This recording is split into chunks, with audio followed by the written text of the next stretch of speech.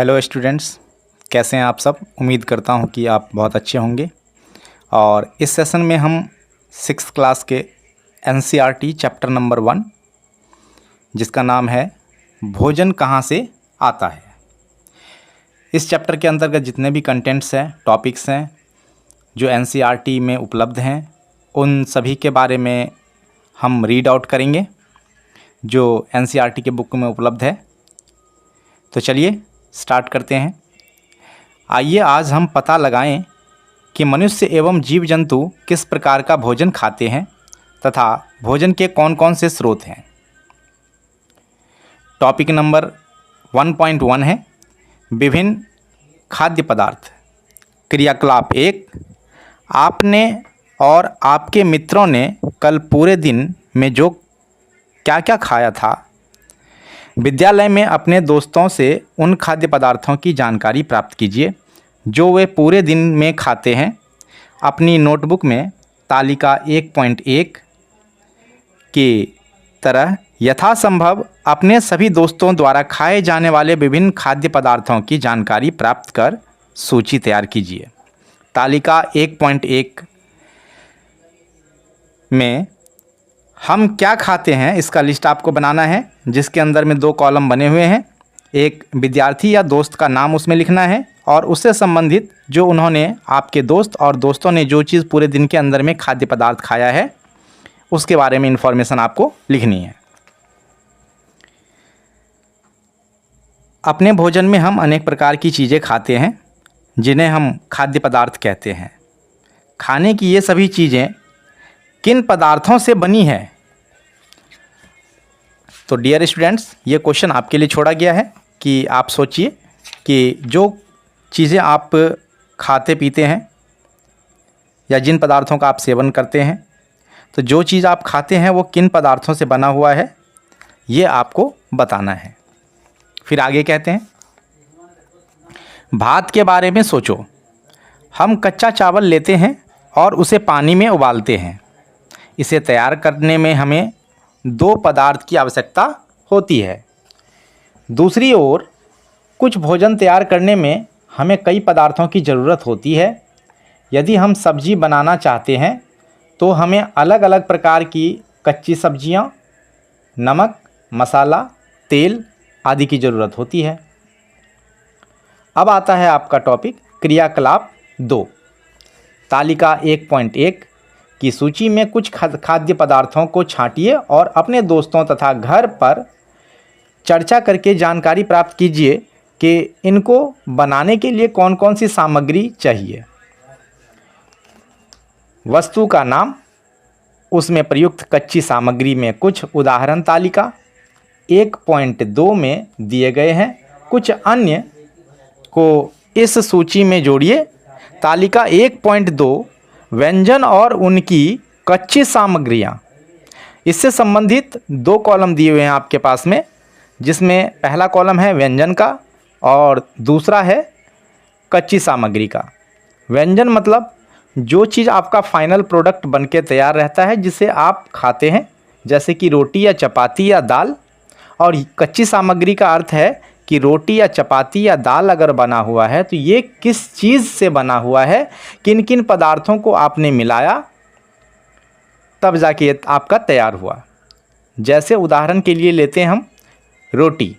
रोटी बनाने के लिए आपको आटा की ज़रूरत पड़ती है, जल और नमक की ज़रूरत पड़ती है। तो आटा, जल और नमक ये आपका होता है कच्चा सामग्री, और इनसे बनकर के फाइनल प्रोडक्ट जो बनता है आपका वो रोटी होता है। तो रोटी को हम कहेंगे व्यंजन, जिसे फाइनली हम कंज्यूम्ड कर लेंगे। हमने क्या देखा, कक्षा में चर्चा कीजिए कि क्या हम विभिन्न व्यंजनों में कुछ पदार्थ समान रूप से उपयोग करते हैं। ये पदार्थ कहाँ से आते हैं। टॉपिक नंबर 1.2 है खाद्य सामग्री एवं उनके स्रोत। तालिका 1.2 में सूची में कुछ कच्ची सामग्री जैसे आटा और दाल के स्रोत का अनुमान लगाना हमारे लिए बहुत आसान हो सकता है। ये कहाँ से आते हैं? निश्चित रूप से ये पौधे से हैं। गेहूं और चावल का स्रोत है। गेहूं और चावल का क्या स्रोत है?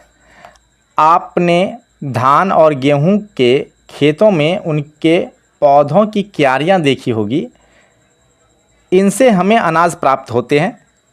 कुछ अन्य खाद्य पदार्थ जैसे दूध, अंडा, मुर्गा, मछली, झींगा, मांस आदि हमें जंतुओं से प्राप्त होते हैं। हमें नमक कहाँ से प्राप्त होता है, पता लगाइए। फिर से आपसे प्रश्न पूछा जा रहा है यहाँ पर, हमें नमक कहाँ से प्राप्त होता है, इसका आपको पता लगाने के लिए बोल रहे हैं चैप्टर में। अब क्रियाकलाप 3 आता है। आइए हम पूर्व तालिका के सूचीबद्ध खाद्य पदार्थों एवं उन पदार्थों के स्रोत जानने का प्रयास करें। कुछ उदाहरण तालिका 1.3 में दिए गए हैं। कुछ और उदाहरण इस सूची में जोड़िए। इसके रिक्त स्थानों की पूर्ति कीजिए। अब आपको तालिका 1.3 के अंतर्गत खाद्य व्यंजन, पदार्थ जिससे वे बने हैं तथा उनके स्रोत बताने के लिए बोल रहे हैं। जैसे कि यहाँ पर 3 कॉलम दिया हुआ है जिसमें व्यंजन है, कच्ची सामग्री और इनके स्रोत। जैसे लिट्टी है, लिट्टी बनाने के लिए आपको किन किन चीज़ों को मिलाना पड़ता है? तो जिन चीज़ों को हम मिला करके तैयार करते हैं लिट्टी बनाने के लिए, वो सारी सामग्रियां कच्ची सामग्री कहलाती है। जैसे कच्ची सामग्री के अंतर्गत आता है आटा, सत्तू, नमक, मिर्च, लहसुन, प्याज, अदरक और घी। जब हम आटा की बात करते हैं तो आटा हमें कहाँ से प्राप्त होता है? गेहूं के पौधे से। तो इस प्रकार से आपको स्रोत के बारे में लिखना है कि सत्तू है, सत्तू आपको कहाँ से प्राप्त होता है और क्या ये आपको पौधे से प्राप्त होता है, तो उनके स्रोत के नाम लिखना है। नमक कहाँ से प्राप्त होता है, मिर्च कहाँ से प्राप्त होता है, लहसुन, प्याज, अदरक, घी इत्यादि आपको कहाँ से प्राप्त होते हैं। फिर आता है अगला एग्जाम्पल कि अगर आपको मुर्गा बनाना है, मतलब कि चिकन तैयार करना है, तो चिकन तैयार करने के लिए किन किन चीज़ों की ज़रूरत पड़ेगी, उनके संबंध में है। और फिर अगला आता है कि खीर तैयार करने के लिए आपको किन चीज़ों की ज़रूरत पड़ती है और इनके स्रोत क्या क्या हैं, इनके बारे में आपको डिस्कस करना है। आगे कहते हैं, क्रियाकलाप से स्पष्ट है कि पौधे विभिन्न खाद्य पदार्थ जैसे कि अन्न के स्रोत, जंतुओं से भी हमें खाद्य पदार्थ प्राप्त होते हैं, जैसे कि दूध, मांस, अंडा तथा अन्य जंतु उत्पाद इत्यादि। गाय, बकरी तथा भैंस दूध देने वाले कुछ सामान्य पशु हैं। दूध एवं विभिन्न दुग्ध उत्पाद जैसे कि मक्खन, क्रीम, घी, पनीर और दही का उपयोग संसार के प्रत्येक क्षेत्र में किया जाता है। कुछ खाद्य पदार्थ जैसे नमक खनिज स्रोतों से प्राप्त होता है। ये बहुत ही महत्वपूर्ण पॉइंट है कि नमक आपको कहाँ से प्राप्त होता है, तो ये हमारा एक प्रकार से खनिज स्रोत है, तो इसको ध्यान रखिएगा। अगला टॉपिक आता है हमारा 1.3, जिसमें टॉपिक का नाम है भोजन के मुख्य स्रोत क्या क्या हैं। फिर से रिपीट करते हैं, भोजन के मुख्य स्रोत क्या क्या हैं। पौधे हमारे भोजन का एक मुख्य स्रोत है। हम पौधों के कौन कौन से भाग का उपयोग खाद्य पदार्थ के रूप में करते हैं? हम पत्तियों वाली अनेक सब्जियां खाते हैं। कुछ पौधों के फलों को भोजन के रूप में खाते हैं। किसी पौधे की जड़, किसी का तना तो किसी का फूल भी भोजन के रूप में खाए जाते हैं। पोई के पत्ते व अगस्त के फूल का तरुआ या बचका खाया जाता है। कुछ पौधे के 2 या 2 से अधिक भाग खाने योग्य होते हैं। उदाहरण के लिए सरसों के बीज से हमें तेल प्राप्त होता है एवं इनकी पत्तियों का उपयोग साग बनाने के लिए किया जाता है। क्या आप किसी अन्य पौधे के बारे में जानते हैं जिसके 2 या 2 से अधिक भाग को खाए जाते हैं? फिर से आपसे यहाँ पर प्रश्न पूछ दिया गया है कि उन पौधों के नाम बताइए जो आप जानते हैं और जिनका कम से कम 2 भागों का आप इस्तेमाल करते हैं भोजन के रूप में। अब अगला क्रियाकलाप है 4। तालिका 1.3 की सूची में सभी खाद्य पदार्थों में से उन पदार्थों को छांटिए जिनके मुख्य स्रोत पौधे हैं और ये पौधों के किन भागों से प्राप्त होते हैं। इन खाद्य पदार्थों और पौधों के भागों को तालिका में अंकित कीजिए। अब तालिका 1.4 में आते हैं और जिसका टॉपिक है भोजन के रूप में खाए जाने वाले पौधे के भाग। मतलब कि जो पौधा आप खाते हैं उनके किस हिस्से को आप खाते हैं और खाद्य पदार्थ का क्या नाम है, कि अगर आप पौधे को खाते हैं तो किस खाद्य पदार्थ के रूप में खाते हैं और पौधे का कौन से हिस्से का इस्तेमाल करके आप खाद्य पदार्थ तैयार करते हैं। तो चलिए, इसमें भी 3 कॉलम है। खाद्य पदार्थ, पौधे का नाम, पौधे का भाग।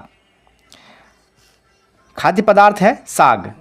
साग हमें किन पौधों से मिलता है? तो चना, सरसों, पालक, बथुआ। और इसके कौन से भाग को खाया जाता है? तो तना एवं पत्तियां। मतलब कि चना, सरसों, पालक, बथुआ ऐसे पौधे हैं जिनका तना और पत्तियां खाया जाता है। सलाद अगर आप तैयार करते हैं खाने के लिए तो सलाद किन पौधों से मिलता है? तो खीरा, टमाटर, मूली, गाजर। इन चीज़ों से जब हम खीरा और टमाटर की बात करते हैं तो ये हमारा पौधे का फल का भाग होता है, और मूली और गाजर की बात करते हैं तो ये जड़ होते हैं। तेल। तेल आपको कहाँ से प्राप्त होता है? तो तेल मूंगफली, सरसों, सोयाबीन इत्यादि से हमें तेल प्राप्त होता है। और ये पौधे के किस भाग से प्राप्त होते हैं? तो तेल हमें बीज से प्राप्त होता है। मूंगफली के बीज से, सरसों के बीज से और सोयाबीन के बीज से हमें तेल प्राप्त होता है। यहाँ पर एक सावधानी भी दी गई है, अनजान पौधों को बिना सोचे समझे ना खाएं क्योंकि ये विषैले भी हो सकते हैं। अगला क्रियाकलाप है 5, जिसके अंतर्गत बोला गया है मूंग अथवा चने के कुछ सूखे बीज लीजिए। अब इसमें से कुछ बीज को जल से भरे एक पात्र में डाल दीजिए तथा 1 दिन फूलने के लिए छोड़ दीजिए।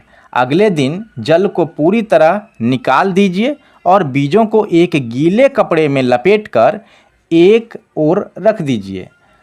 अब क्या आप बीजों में कुछ परिवर्तन देखते हैं?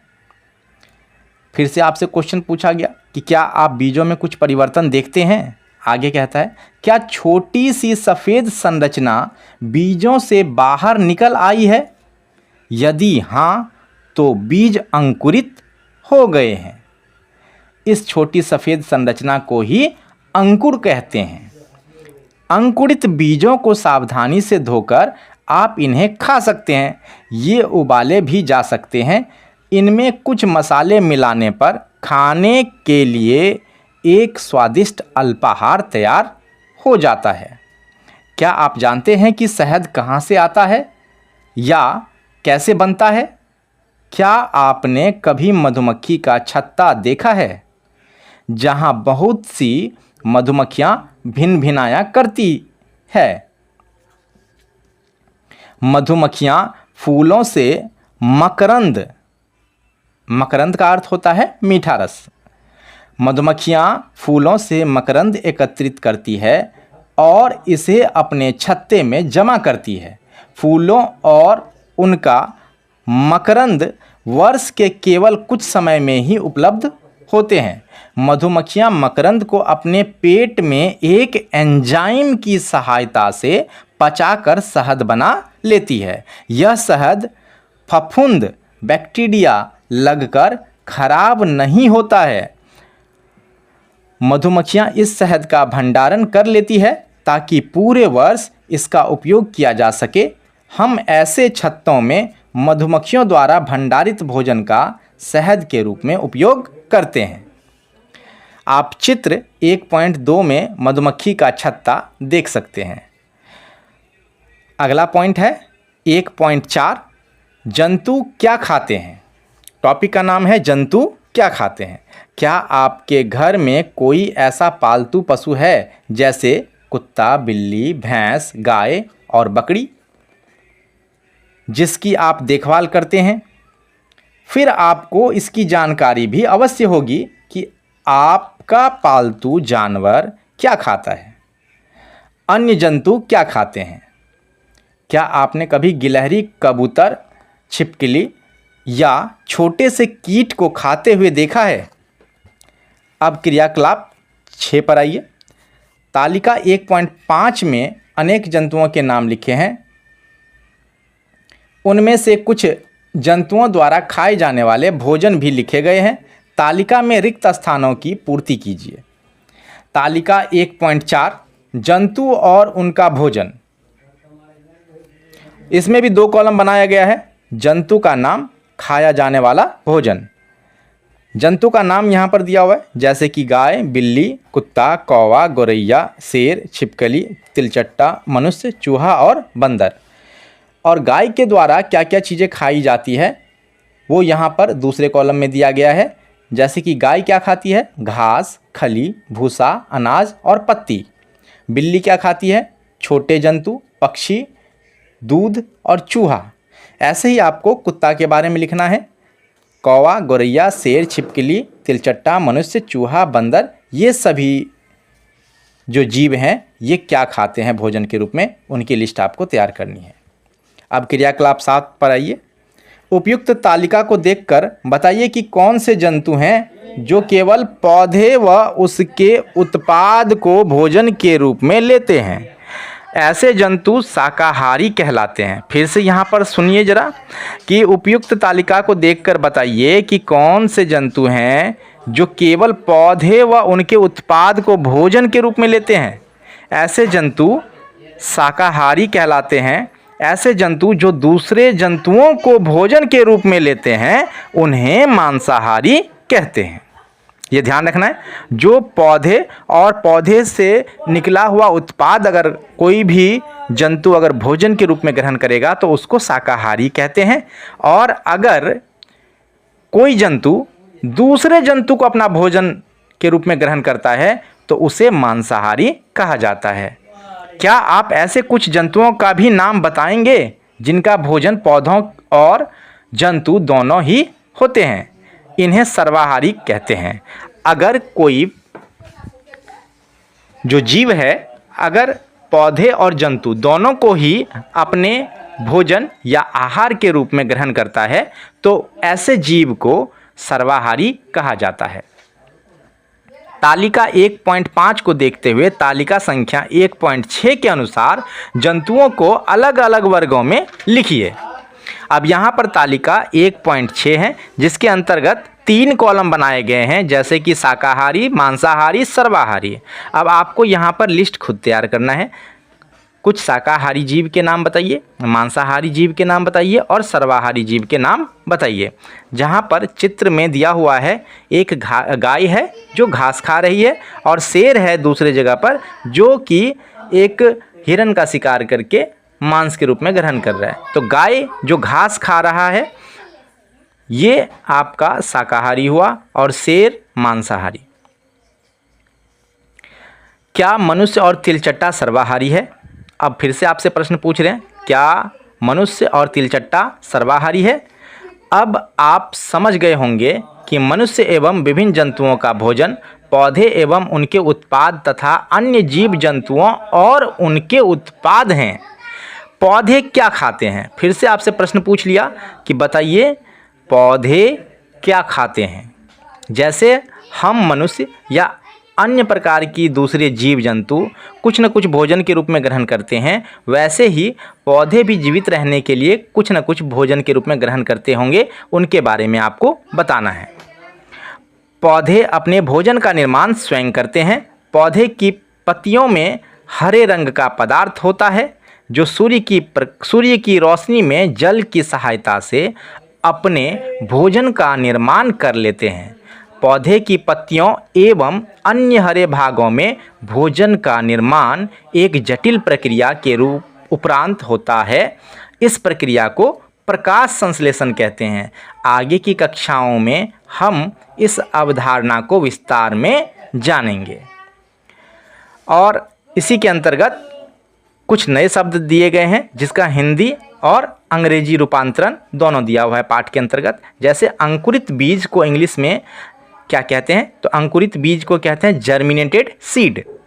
शाकाहारी हर्बेरियस, मांसाहारी कार्निवोरस, सर्वाहारी ओमनिवोरस। हमने क्या सीखा, इसमें क्या दिया हुआ है, मनुष्य एवं जीव जंतु भिन्न भिन्न प्रकार के भोजन खाते हैं। दूसरा पॉइंट है भोजन के स्रोत पौधे एवं जंतु हैं। तीसरा पॉइंट है जो जंतु केवल पौधे एवं उनके उत्पाद खाते हैं उन्हें शाकाहारी कहते हैं। चौथा पॉइंट है जो जंतु केवल जंतुओं को ही खाते हैं वो मांसाहारी कहलाते हैं। और आपका ये पांचवा पॉइंट है जो जंतु पौधे तथा जंतुओं दोनों को ही खाते हैं उन्हें सर्वाहारी कहते हैं। और इसके साथ ही आगे अभ्यास का प्रश्न है जो आपको खुद करना है। तो उम्मीद करता हूँ कि आप लोग इस चैप्टर को रीड आउट कर चुके हैं और इस ऑडियो को सुन चुके हैं। अगर आपको अच्छा लगा तो हमारे चैनल को सब्सक्राइब कीजिए, लाइक कीजिए, कमेंट्स ज़रूर कीजिए और अपने दोस्तों के साथ में शेयर ज़रूर कीजिए। ये एनसीईआरटी का चैप्टर है जिसमें हम रीड आउट कर रहे हैं। धन्यवाद। वीडियो अच्छा लगा तो लाइक करो, शेयर करो, वरना स्क्रॉल करो, फिर मिलेंगे गलती से।